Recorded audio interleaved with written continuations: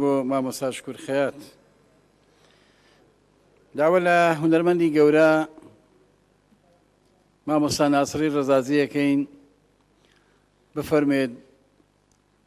مامۆستا ناسری ڕەزازی کە خاوەنی دەیان ساڵ خزمەتێکی زۆر گەورە و بەرچاو جوان بە هونەری ڕەسەنی نەتەوەکەمان و کەسێک شارەزاش لە زمانی کوردی هیوادارین بەو ئەزمونە جوان و گەورەی خۆی بتوانێت هەم پاڵپشتی ئەم ماڵە بێت و لێرەش ڕاوسەرنجی خۆی لەسەر دروستبوونی ئەم ماڵە بفەرمێگەر پێمان خۆشە گوێمان لە ڕاوسەرنجەکان دوێ مامۆستاگیان.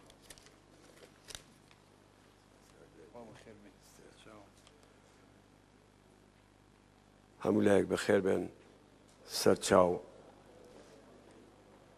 سپاس بۆ ئەو خەڵاتەش کە پێشکەش کرا بە هونەرمەندی بەڕێز کاک شکوری خەیات کە من خۆم یەکێک لەو کەسانە بووم کە کاتی خۆی کاتێک کاسێتەکەی هاتە ڕۆژهەڵاتی کوردستان زۆرمان کەڵک لێ وەرگرت.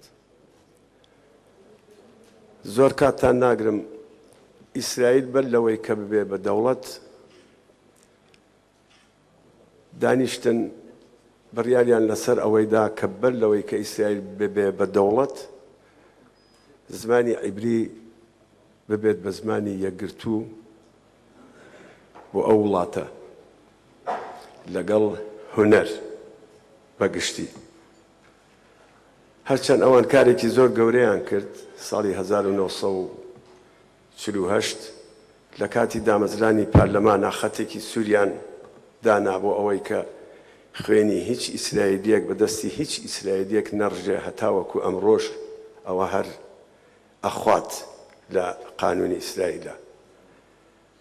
لە قڕکردنی جوولەکەکانە ئاتاتورک نامە ئەنووسێ بۆ ئاڵمان کەس ئەنێرێ بۆ مونشن ئەڵێ ئەوانەیان کە مۆسیقارن مۆسیقاری چاک و شارەزان من بە پارە ئەیان کڕم مەیان سووتێنن ئەو کارەکەن و ئەیان هێننەوە بۆ ستانبول بەسەر بناغەی مۆسیقای کوردی و یۆنانی و عەرەبیەوە ئەویان بۆ خۆیان دروست کردکەوە ئەمڕۆ هەیە. هیچ شتێکیان نەبوو، نە زمان نە فەرهەنگ نە خاک. ئێمەی کورد خاوەنی زۆر شتین. سپاس بۆ ئێوەی بەڕێز کە جارێ لە باشوورەوە دەستان پێ کردووە، بەڵام دەبێت یەک شت لە بەرچاو بگرین. ئینسان خۆش نییە هەروە بە بێئەدەبی نەبێ هەوای سک قسە بکات. ئێمە کۆمەڵێک هونەرمەندی شارەزامان هەیە لە بواری مۆسیقا. دەستگاکان 7 مەقامن. گۆشەکانی 1500 ئیستا لە ئێرانە. بەڵام ئەتوانرێت بسەلمێنرێت ئیستا لەوانەیە تۆزێک بڵێن ئەمە نژاد پەرستیە یان ناسونیانستیەکی تونند و تیژە ئەتوانین بڵێن زیاتر لە 1000 هی فارس نییە و شتێک بەناو مۆسیقای فارسی لە ئێرانە بوونی نییە چونکە ئەویش بەسەر مۆسیقای نەتەوەکانی تری ئێرانەوە بووە بەم مۆسیقایی کە ئەمڕۆ هەیە. ئەگەر مەرسیە خوێنیەکەی لێ دەرکەی یان ڕووحەوزی ئەو هونەرەی کە گوگوش و داریوش و ئەو هونەرمەندە بەرزانە کە کەڵکی لێ وەرەگرن تا ئەگاتە حومێرا و زۆری تریان هی خۆیان نییە. ئێمە کورد زۆر دەوڵەمەندین. دوێنێ شەو وتوێژێکی کاک عومەر زەیم کرد. من کاک عومەر زەیم دیت لە پەنجەمۆرە زۆر من چۆن بڵێم مشتاقی ئەوە بووم حەزم لەوا کرد کە ڕۆژێک لە جەلال گوزەل سەس یان جەلالبەکی دیاربەکر شتێک بزانم. کاتی خۆی نزیکەی 20 ساڵ زیاتر لەمەوە بەروتارێکم لەسەر نووسی کە جەلالبەک یەکێک لە بانگبێژەکانی مزگەوتی قازی بوو.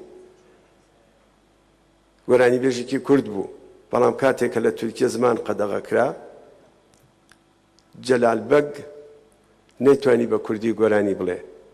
تەنانەت بەڕێز ناجی کوتلاییوان لەگەڵ کۆمەڵێک خەڵکی سلێمانی کەیسە من ناوەکانیانم لەبیر نەماوە و کاتێک کە لە سووریە ئەبن و گۆڤاری پێم وابێژینە یا هاوار نازانم کامیەتی دەریەکەن داوای لێکەن ئەڵێن بابە هەستە وەرە ئێرە ئێمە لێرە یارمەتیت دەدەین حیفە و گۆرانیانە بکرێ بە تورکی. ئەویش ئەڵێ هیچ چارێکم نییە هەر لەبەر ئەوەی کە مێلۆدیەکان نەمرن من ناچارمەوە گۆرانیانە تۆمار بکەم. 2000 گۆرانی زیاتر لە کوردستانی بندەستی تورکیا کراون بە تورکی لە ئێرانیش ئەمە دەستی پێکردووە بەداخەوە من پێم وایە ئێوە دەبێ پەل بوەشێنن بۆ پارچەکانی دیکەش زمانی کوردی چەند لقی گەورەیە ئەگەر کەسێک هەورامی بێ و هەورامی نەزانێت ناتوانێت گۆرانی هەورامی بڵێ کەسێک کرمانج نەبێ و کرمانجی نەزانێت ناتوانێت گۆرانی کرمانجی بڵێ زمانی کوردی لە قوپۆپی زۆرە ئێمە خاوەنی قەتار و گۆشە و ڕزنی زۆرین بەڵام مەقاممان زۆر کەمە مەقام ئەبێ لە من شارەزاتر لێرە هەیە مەقام ئەبێ لە باری زانستیەوە 3 پلە تەواو بکات دابەزێتەوە سەر پلەی یەکەمی ئەوسا ئەبێ بە مەقام وەکو ئەڵاوەیسی کە لە نەهاوەندەوە دەست پێکە ئەڕواتە کەویاریان عەجەمیان ماهوری کە لە ئێرانە ئەڵێن پاشان بەڕاست دێتەوە تەسلیمە بێتەوە ئەوە ئەبێ بە مەقام هیوادارم ئەو کارە بکرێت هیوادارم ئەو گۆرانیانەی کە